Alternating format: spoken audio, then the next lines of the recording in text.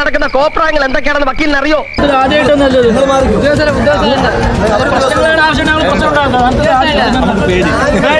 അങ്ങാടിയില് 10 ആള് കൂടേണ്ട നടുവിൽ കിട്ടണം തന്നെ. കിട്ടിയ നീ എന്നെ ഒലത്തോടാ, ചെങ്കളം മാത്രം.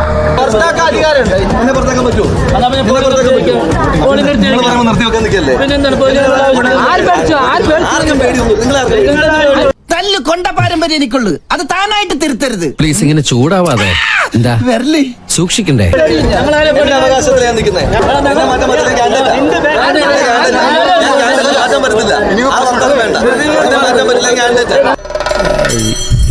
എന്ത് പറയാങ്കി പറഞ്ഞു കൊടുക്ക.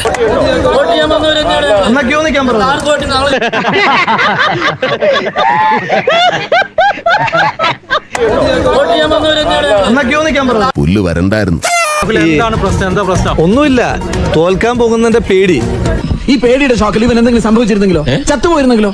ഞാനാ പേടിച്ചിട്ട് അതിന് വേറെ ആളെ നോക്കണം. പേടിക്കണമെങ്കിൽ അതിന് ഒരു ബുദ്ധി വേണം, അതിവനില്ല. ഉള്ളിൽ വെച്ച് അവര് പറയുന്നത് കാൻഡിഡേറ്റ് അകത്ത് കയറാൻ പാടില്ല. അപ്പം സ്വാഭാവികമായിട്ട് അകത്തുണ്ടായിരുന്ന UDF-ന്റെ ബൂത്ത് ഏജന്റ് ചോദിച്ചു, നിങ്ങളുടെ കാൻഡിഡേറ്റ് വന്നില്ലേ? അല്ല, ഞങ്ങളുടെ കാൻഡിഡേറ്റ് വരാം. അതെന്തിനാ? അവരുടെ കാൻഡിഡേറ്റ് വരാം, UDF കാൻഡിഡേറ്റ് വരാൻ പറ്റില്ലേ? ഇതെന്ത് ന്യായം, ഇതെന്ത് നീതി, ഇതെന്ത്?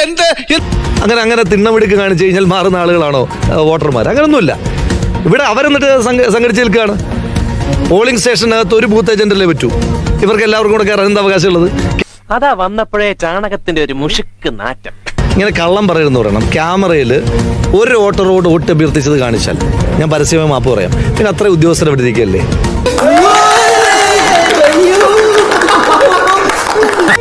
ലക്ഷത്തിൽ ഒന്നേ കാണും ഇതുപോലൊരു ഐറ്റം. വോട്ടർമാരുടെ തൊട്ടടുത്തുനിന്ന് ഇങ്ങനെയുള്ള സ്റ്റേറ്റ്മെന്റ്സ് നടത്താൻ പാടുണ്ടോ? പിന്നെ ചുരുട്ടി കിടക്കാണ്. പോളിംഗ് സ്റ്റേഷൻ കള്ളം പറയുന്നത് എന്തിനാ? സത്യം എപ്പോഴേലും ഒക്കെ ഒന്ന് പറയാൻ പറ. കള്ളം പറയാൻ പാടുണ്ട്. പോളിംഗ് എപ്പോഴേലും ഒക്കെ സത്യം പറയാൻ പറ. എപ്പോഴും പറയണമെന്ന് പറയുന്നില്ല, എപ്പോഴേലും ഒക്കെ.